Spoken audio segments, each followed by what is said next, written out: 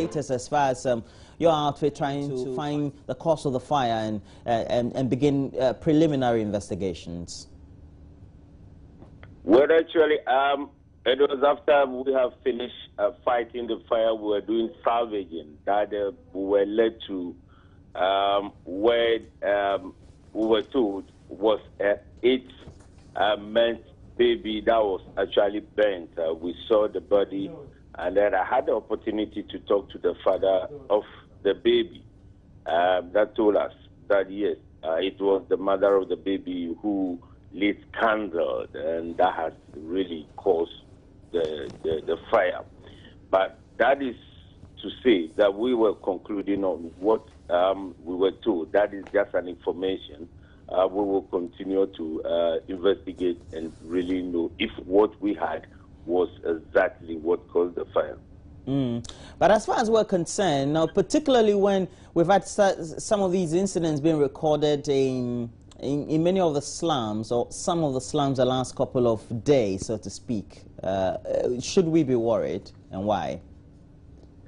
Yeah, we should be worried because those actually areas that you are mentioning, they are places that you look at the activities of the activities that goes in there. You look at the type of materials that the people use in constructing those dwelling places that they have, which is more of combustible material from the roofing even to the floor level. And then you see the congestion within those areas. All these factors are very good, factors that could always lead to fire outbreak. So if we allow them to live in those conditions and live in those environments, then always we should know that fire outbreaks will not be anything that anybody should doubt when they occur in those areas. So really we should be concerned when some of these things happen, because they are not areas that when we try hard to educate them, they are able to implement the measures that we're giving them. So there are areas that if really we want them to live them, then we should be able to ensure that their construction actually is taken to a solid level where fire outbreak that might start in there might be, actually restricted in terms of spread. Because yesterday, had it not been that the fire personnel got there in time, we wouldn't have known what might have happened as of today that we are talking, because the fire was spreading very fast, that they were able to confine it. But we will wish that looking at the area, probably these people need to be actually relocated because of the center where they are and their activities and the type of material that they use. Well, Mr. Anaglate, particularly when, again, you as a service, you have acknowledged that indeed the category of people who tend to live there and the category of housing that is available there is likely also to be a flashpoint as far as fires are concerned. Then what do we need to do about it as a country? Because we have many of these incidents that are recorded annually. Well, I should also admit that moving out these people that have been there for all these years, moving them also need to have planning with the whoever, is the agency that is responsible. And I know the town and country planners are also there, the assemblies are also there. They really need to plan and to also know where these people are going to be moved to. Even if it will not be that they will be moving, then really another planning should come in to know how they'll be able to settle them properly within that area to prevent some of these preventable fires because of the congestion and the activities within this environment. So it shouldn't be just that, yes, these things are happening. So definitely they could be immediately, as we are suggesting that they should quickly be taken out of there.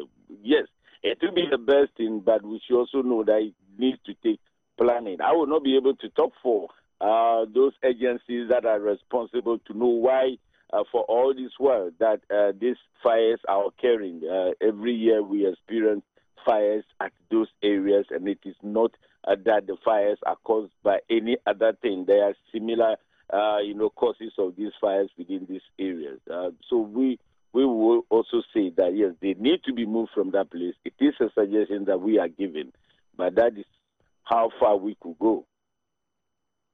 Thank you very much. And we've been speaking to the Deputy Public Relations Officer of the Ghana National Fire Service, Prince Billy Anaglati. And well, we'll make sure we get the latest updates on it. And talking about update, we already have been at the grounds, the venue for the fire, or the place for the fire. And so we have Seth Kwame Boateng, who has been there. Incidentally, he didn't get bent though, but he's here. How are you? I'm fine. And how a sorry state is the humanitarian situation of the place?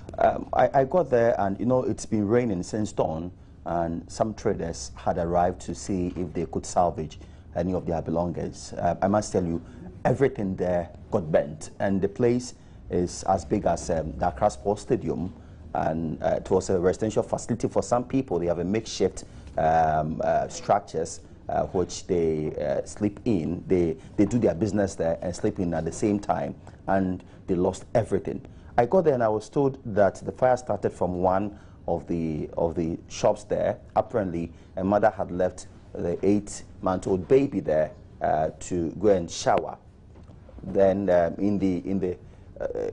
she lit a candle, and that started the fire, because when the mother left the room, the candle bent to the last point, and it caught fire. Right. And this baby, I understand, though the police have not been able to confirm, that's the 8-month-old. 8-month-old baby, that the baby bent, and you could only identify that it's a human being when you look at the head. The head didn't bend. So that's what is happening there. I got there and I saw that the fire had not been quenched completely. I saw some. Okay, so that's the only casualty or fatality we're recording. That's what I've been told for now. But can you describe where exactly the place is? Because we know we have the CMB building, and behind it we have some truck operators, those who tend to operate cargo vehicles or trucks and things like that. So and then you have also, just opposite you, the railway area, and behind it you have Kantamanto. Exactly. So there were structures by the rail lines, and all got bent. Right. So this place I'm talking about is not far from where the cargo trucks are, and I think it's behind the cocoa board, but you have to use the NIB area. There is a lane that you have to use to get there. Okay. Now, considering that many of those residents or those residences in the area are very much wooden and made of very much inflammable material, how did the fire service make sure that it didn't gut some other, or let's say opposite residents or some other areas in the place? Well, I didn't meet the fire service there this morning when I got there. They had undertaken their work already. They had left, but they had worked very well. People told me that they did a fantastic job, for which reason the fire could not spread to other areas. Okay. Well, Seth, when are you going back there again? You don't know.